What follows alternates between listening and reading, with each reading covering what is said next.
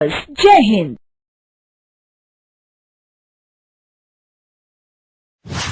रजनी को बचपन से ही पेंटिंग का बहुत शौक था।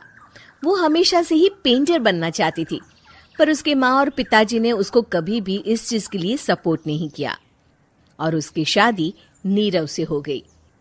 नीरव रजनी को बहुत प्यार करता था, पर रजनी हमेशा चुपचाप ही रहती। वो इस शादी से खुश नहीं थी। वो ये शादी नहीं करना चाहती थी। उसे तो हमेशा से पेंटर जो बनना था। अपने इस सपने को वो नहीं पूरा कर पाई, इसलिए वो हमेशा उदास रहती थी। रजनी, बहुत ही बढ़िया फिल्म लगी है, कल देखने चले? नहीं जी, कल मुझे बहुत काम है, मैं नहीं जा पाऊंगी। अच्छा तो कोई बात नहीं, संडे को चलते हैं। देखिए, मुझे फिल्म देखना पसंद नहीं है, आपको जाना है तो चले जाइए। नीरव को मना करके रजनी वहां से चली जाती है और अपने बैग को खोलकर उसमें बंद पड़े ब्रश और कलर्स को देखकर रोने लगती है। रजनी, चलो ना कहीं बाहर खाने चलते हैं, कुछ तुम्हारी पसंद का। जी, मुझे नहीं जाना, मेरी तबीयत ठीक नहीं है। रजनी वहां से चली जाती है। नीरव को समझ नहीं आता कि रजनी उससे इतना दूर क्यों रहती है। वो जब भी उसके साथ वक्त बिताना चाहता है, रजनी कोई ना कोई बहाना बना देती है। एक दिन घर पर कोई नहीं था। रजनी घर का सारा काम जल्दी से खत्म कर लेती है। घर पर अकेले होने के कारण वो सोचती है कि वो आज पेंटिंग करेगी। वो अपने कमरे में जाकर पेंट ब्रशेस और कलर्स निकालकर जैसे ही कलर मिक्स कर रही होती है कि दरवाजे पर बेल बज जाती है। अब कौन आ गया इस वक्त? इतनी मुश्किल से तो मुझे पेंट करने का मौका मिला है।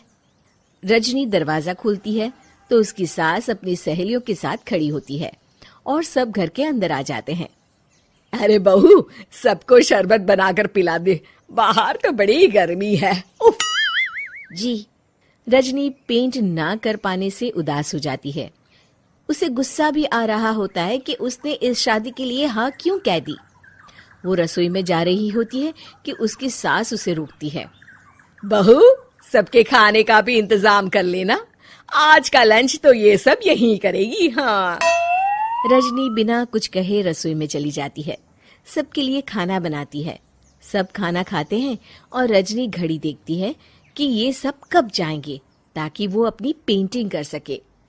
जब शाम होती है तब सब चले जाते हैं अपने घर। अरे बहू, सब तेरे खाने की तो बहुत तारीफ कर रहे थे, सबको बहुत अच्छा लगा खाना। आपको मुझे सुबह बताना चाहिए था ना कि आपकी सहेलियां आ रही हैं। पता भी है कितना वक्त लगा सारा खाना बनाने में। अरे बहू, तू ऐसे कैसे बात कर रही है मुझसे? तो और कैसे बात करूं? मैं इस घर की कोई नौकरानी नहीं हूं कि इतना काम करूंगी। रजनी अपने कमरे में जाकर दरवाजा बंद कर लेती है।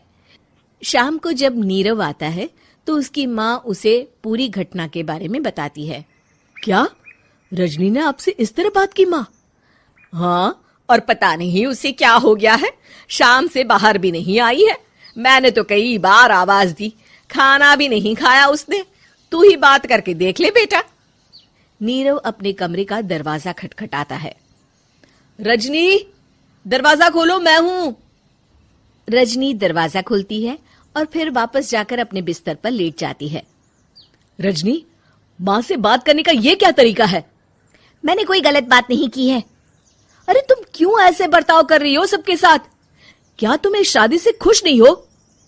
रजनी कुछ नहीं बोलती। अरे बताओ मुझे रजनी, क्या ये शादी तुम्हारी मर्जी के खिलाफ हुई है? हाँ, मैं ये शादी कभी नहीं करना चाहती थी। तुमसे क्या, मैं किसी से भी शादी नहीं करना चाहती थी। रजनी रोने लगती है। चुप हो जाओ रजनी, बताओ मुझे, तुम क्यों नहीं करना चाहती थी शादी? रजनी बेड के नीचे से अपने पेंटिंग्स, कलर्स, ब्रश, पेपर्स निकालती है। इतने में उसकी सास भी कमरे में आ जाती है। ये देख रहे हो, ये थे मेरे सपने। मैं पेंटर बनना चाहती थी, पर माँ पापा ने कभी सपोर्ट नहीं किया और मेरी शादी करवा दी। मेरे सारे सपने टूट गए। हर वक्त बस गुस्सा आता रहता है मुझे। मैं जानती हूँ कि आप लोगों की इसमें कोई गलती नहीं है, पर मैं क्या करूं, मुझे समझ में नहीं आता।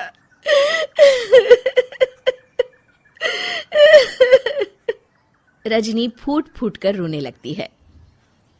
मुझे माफ कर दीजिए, आप दोनों के साथ मैं बहुत बुरा बर्ताव कर रही हूँ। अरे रजनी बेटा, चुप हो जाओ तुम। नीरव पानी लेकर आता है। ये लो पानी पियो और शांत हो जाओ। रजनी पानी पीती है और उसकी सास पेंटिंग्स देख रही होती है।